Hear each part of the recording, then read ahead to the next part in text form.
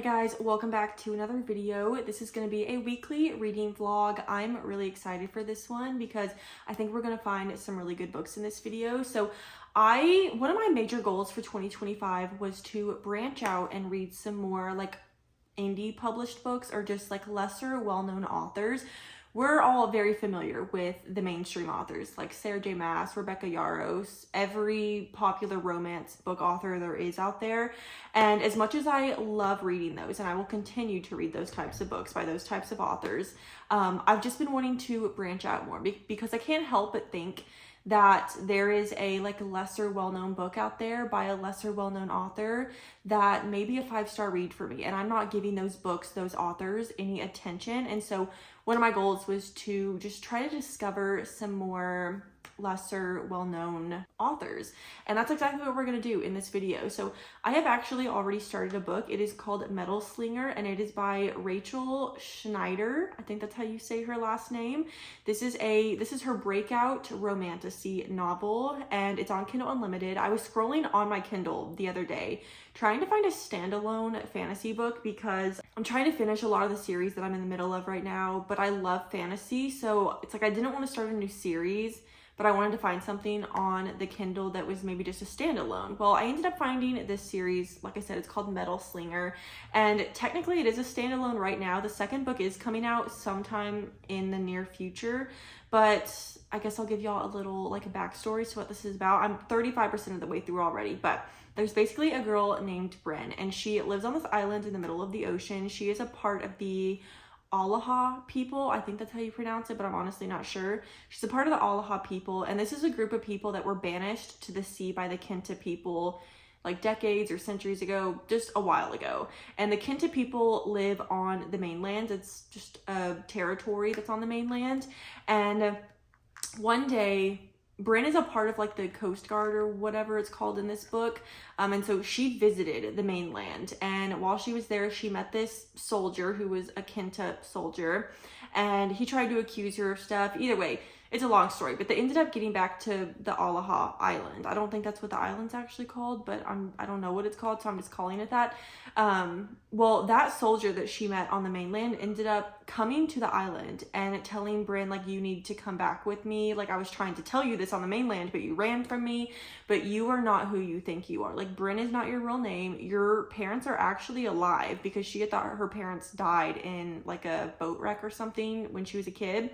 He was like, you have powers, and your friends on this island actually have powers too. They've been lying to you your whole life. Like, basically your whole life is a complete lie, and you are a princess on the mainland. Like, your real name is Jovi. And so she, after a lot of deliberation and not having any trust in him, she ends up going with him. And it's been a little slow so far because the first like 20%, they were still just on that little island.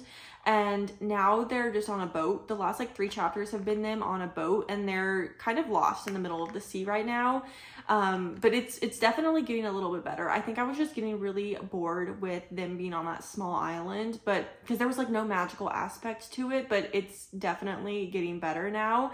And I'm enjoying it a lot more. So hopefully it just gets better and better as it goes on. I think it's like a little over 400 pages, or maybe it's closer to 500 pages. So not really short, but not like the longest fantasy book ever. But yeah, I'm excited to keep reading. I don't know if I said, but this is on Kindle Unlimited, and yeah, I'm 35% of the way through. I'm gonna lay down and read for a little bit, and then I will talk to y'all in a little bit with an update, hopefully a good one.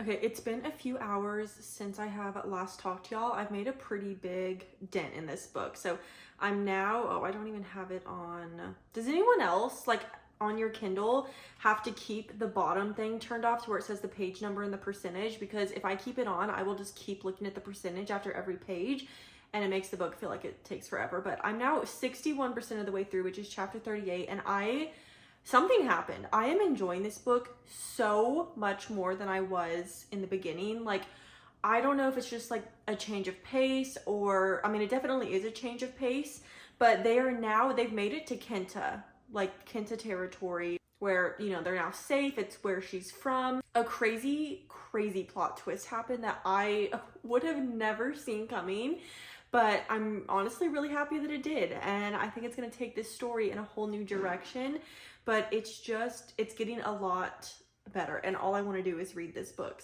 Yeah, they're now in Kenta, and honestly, I'm not really sure what's happening. She's kind of like learning who different people are, and she's learning about like the magic system. And I think that the people from the Aloha Island, I think that the people from Kenta are trying to go back to the island because they're sending troops somewhere, or maybe it's to the, there's like a fuzz floating in front of me. It is weird though, because the territory that's next to the Kenta territory is called the like Ryosen, which is really, really reminding me of Zayden from Fourth Wing, because his last name is spelled almost the exact same minus the R. Like the R in the middle of Ryerson is the only thing missing, but that's what the name of the territory is in this book.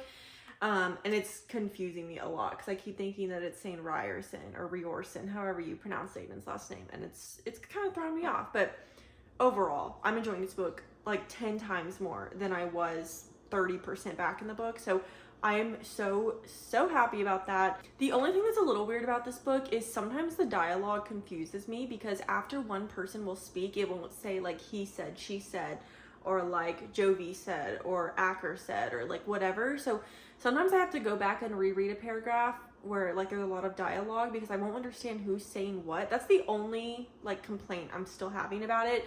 But other than that, it is getting absolutely just amazing. I ended up finishing Metal Slinger yesterday, and wow, the second half of that book got so good. I could not put the book down. I think I had already said that the first like 20% of the book was pretty slow for me. They were just still on that little island, and it just like, there was no fantasy aspect, like there were no powers yet, just literally nothing. And like, I get that the first book in a new fantasy series has to have world building, and that's what it was doing, but it was just very slow to me. And it wasn't bad enough to DNF, but I just was not enjoying it. But once I got to like the 30% mark, 20 to 30% mark, it started to really pick up. And then the last like 30 to 40% of the book was just absolutely amazing. I could not put the book down, and stuff happened. There was a good plot twist that I did not see coming, and a lot of questions were left kind of unanswered. But it's a good thing that a second book is coming out sometime this year. I don't know if there's a release date yet. We only know the name of the book, which is Light Wielder. But I'm excited for that. It was definitely good enough for me to, sorry if my eyes are watering. I have sneezed like 10 times in the last 2 minutes, but I think I'm gonna rate the book 4 stars. The only reason it's not higher is because the first 20% was not that good to me, and that's a good portion of the book. Like that's a fifth of the book that I just flat out did not enjoy that much. So I think I'm gonna give it 4 stars. I think that this book and this new series is not new series, but like new to me. I think that it's a very beginner friendly fantasy series. There's not a lot of world building, and there's not a lot of politics. So I definitely think that if you find that stuff confusing in fantasy books, then you would really enjoy this series. I want to tell you about something funny that happened last night, because let's just say I had one too many shots of alcohol, okay? I was looking for more information on the second book, and I was like, you know what?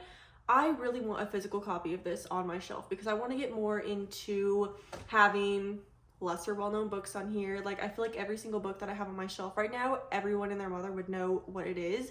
So I was like, I want to have this new fantasy series on my shelf. Like I want, you know, the indie published version, just whatever. And so I went on Amazon to try to get it, and it was almost $16 for the paperback. I was like, absolutely not. I'm not paying $16 for a paperback book. Maybe hardcover, but not paperback. So I was like, let's go to eBay, because for those who don't know, I used to get a lot of my books on eBay. There is a specific account that I believe is a Goodwill Center in California, or maybe it's not California, I'm not sure, but they sell like millions of books, and they always have a buy 3 get 1 free sale, and all of the books that they sell are always in like acceptable, good, or very good condition, and they sell them for like $4, $5, $6. So anyway, I went and checked on there, They literally had Metal Slinger in very good condition, which is like one of the highest conditions you can get on eBay. Very good condition. And it was the last one available. It was the last one that they had in stock, and it was only $6 with free shipping. I was like, if this is not the universe telling me that this is a sign to buy this right now, then I don't know what is. So I literally hit click buy so fast. So yeah, that's gonna be here sometime this week, and I'm gonna have a copy of it on my shelf. I don't know what edition it is. I don't know if it's the indie edition or if it's the traditionally published, because I'm so confused on this book. On her Instagram and stuff, it says that it's getting traditionally published this year. So I don't know. I've seen conflicting takes. Like, I don't know if it's traditionally published yet. So I'm either getting an indie published version of this book or traditionally published. I don't know. I have no idea what kind I'm getting, but it's supposed to be in perfect condition. So I'm excited about that. 4-star read for me. Cannot wait for the second book. Okay, we're moving on to our second book of the video. I think I already picked out what I want to read. It is a romance book. I cannot read another fantasy right now. My brain is jumbled, but it's called Hate Mail, and it's by Donna Marchetti. Never heard of her before, but it seems like a very like cheesy romance book, which is just kind of what I need right now. So I'm gonna read a very quick version of the synopsis. You can skip the next like 30 seconds if you don't want to hear this. But it says, Naomi and Luca have been pen pals since 5th grade. Well, more like bitter rivals caught in an epic battle of insults and verbal jousting.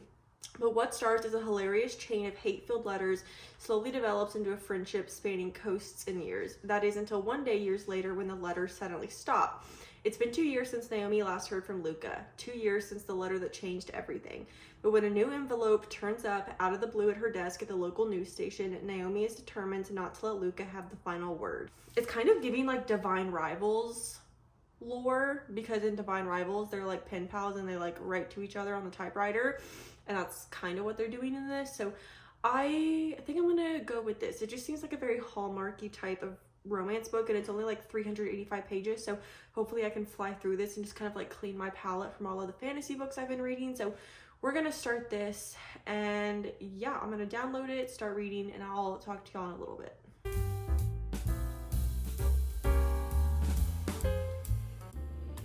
Oh my gosh, the author has a playlist. Is it focusing? I don't know if it's focusing. But there is a playlist at the beginning of this book. I literally love when authors put playlists like this. There's a lot of Taylor Swift, Harry Styles, Olivia Rodrigo. This is like what you would see on my Spotify.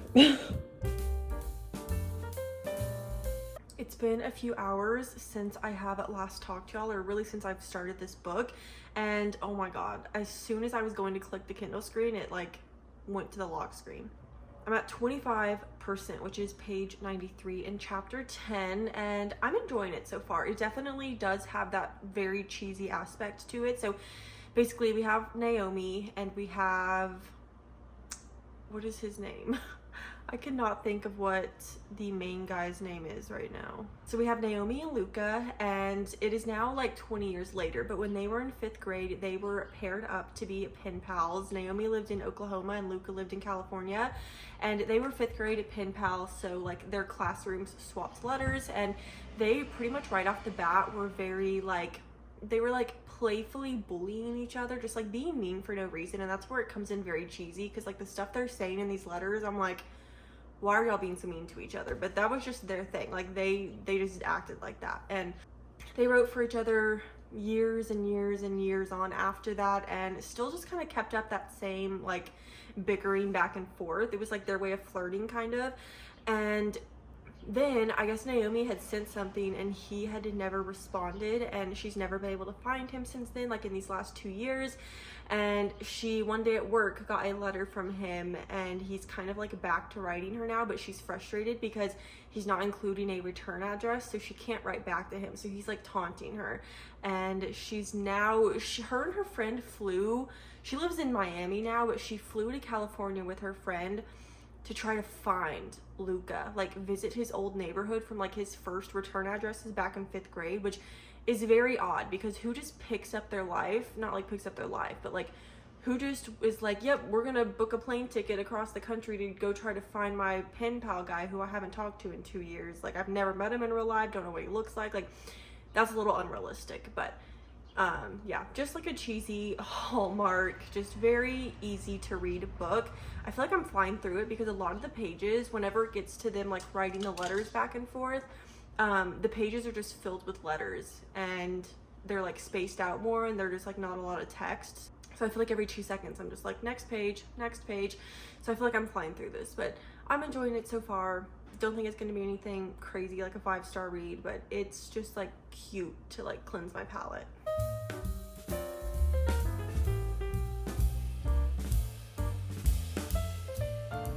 I probably look disgusting right now, but I am 65% of the way through the book, which is chapter 25, and I'm actually loving reading this. Considering how cringy it is, I'm really having a good time, and I'm surprised about that. So I think that the idea of these pen pals and them writing letters back and forth to each other is just the cutest thing ever. I think that it is so like flirty, and like the anticipation of like getting a new letter from them, I think is just, it's just the cutest thing ever. The only like cringy part about all of this is that, so she still doesn't know who Luca is. Like she's never seen him, never met him, whatever, and he stopped writing her letters for 2 years, right? And so she's trying to find him now. And the only thing that's kind of unrealistic about all this is that her and her friend Anne have literally gone to 2 separate states. They went to California and like Georgia, I think, to find Luca, and they were like going to his previous neighbors' houses, and like they went to his ex-fiance's house and like were asking about him. Like it's borderline stalking. It really is. And like that's just so unrealistic. Like who is trying to find a guy? I'm sure people have done this in real life, but like realistically, who is gonna spend their money and fly to 2 different states across the country to look for a guy that you've never met before, and like you don't even know who he is, like where he is, like whatever? It's just, that part's a little bit weird. But if you just overlook all of that, because technically they are trying to find each other, so like when you look at it that way, it's like, okay, yeah, I think it's absolutely adorable, like the whole pen pal aspect. I do feel like the plot twist, not that there's been a plot twist yet, but I feel like once we find out who Luca is, I think it's gonna be Jake. Jake is the guy in Naomi's life that she's actually talking to, like a real person who lives in her building. I feel like Luca has to be Jake. There's no way that it's not, but I feel like that's way too obvious. So like, is it gonna be him? I'm so confused, because I'm like, there's no way the author's gonna make it that obvious to where Jake is Luca. But everything that's happening, like, I don't know, stuff will happen one day that Luca apparently sees on TV while Naomi is doing news coverage, and then a letter about it will be in her like mailroom later that day. So like she now knows that he lives in Miami. So I feel like we're slowly getting to the point where we're gonna learn that Jake is Luca, but I have no idea. So yeah, I don't know. I've been going back and forth between reading the Kindle version, and then it's also on Spotify Premium, the audiobook. So I've been listening to a few chapters here and there whenever I'm doing like chores around the house or like going on a walk. So I'm gonna keep switching back and forth and probably try to finish this book by tonight. I ended up finishing Hate Mail literally like 20 minutes ago, and I've just been sitting here thinking about it. Sorry if you can hear my dog breathing heavy. He just came in from outside, but I thought that this book was really cute. It was the perfect, just kind of like cheesy rom-com. I thought that the characters, I just really liked the whole like pen pals since childhood, writing all the way through adulthood. I mean, they wrote these letters to each other for like, I think it said like close to 20 years. And I just think that's absolutely adorable. Like I've obviously never been in that position before to where I've written to someone for that long and like never met them, but I can just feel that the anticipation of like, I don't know, and like the butterflies that I would get. I don't know. I just think that it is like the cutest thing ever, writing letters to someone like that and like having that anticipation for so long of like not knowing 100% who they are. I do think the book turned out a little bit cheesy, and I also think that what Naomi and her friend were doing was borderline stalking and just very unrealistic, and I put all of that in my review on Goodreads because it was very unrealistic. Them traveling across the country, going to his old neighbors' houses, like no one does that. I'm sure it's happened before, but no one does that realistically. So that was a little weird, and the ending, I'm not gonna like restate it just in case anyone doesn't want to know, but the ending ended with how I thought it was going to end. I just didn't know how we were going to get to that ending, like what road it was going to take. But overall, I did guess how it was going to end, and I feel like it was pretty obvious. I feel like anyone who read this book would know that. But overall, I wasn't expecting it to be a 5-star read. I feel like these little cheesy romances I never expect to be 5 stars, but I could not put this book down. I did think it was just like, you know, whenever you can't put a book down that it's a good book. Now, I think I'm going to land on a 3.5 stars just because of how unrealistic it was. And there were some cheesy moments. I feel like I will think about this book in the future, and I feel like I will, well, I am recommending it to y'all. Like, y'all should read this book. It's very cute. But yeah, just a little cheesy, and that's okay. I'm not saying that cheesy is bad. It just knocked off a 1.5 stars for me. But yeah, I think that's gonna be the end of this video. I was gonna try to get one more book in, but I really need to get this video out. So I'm thinking about making this also kind of into a series, to where I just, not like a series to where I post this once a week, like it'd be like once a month. But I had a lot of fun discovering new authors. Like, I had so much fun. I loved both books that I read in this video. So we had Metal Slinger, which I rated, I believe, 4 stars, and then Hate Mail, which was 3.5 stars. I feel like I could put Hate Mail up to 4. I don't know, I'm gonna think on it, but for right now it's 3.5.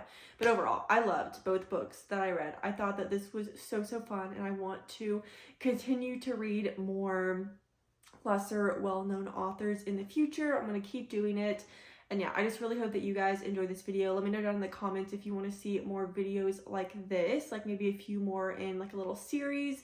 And yeah, I just really hope that you guys enjoyed the video. Make sure to like it if you enjoyed, subscribe if you want to see more from my channel, and don't forget to follow me on all of my social media down below. I have Instagram, Goodreads, everything else.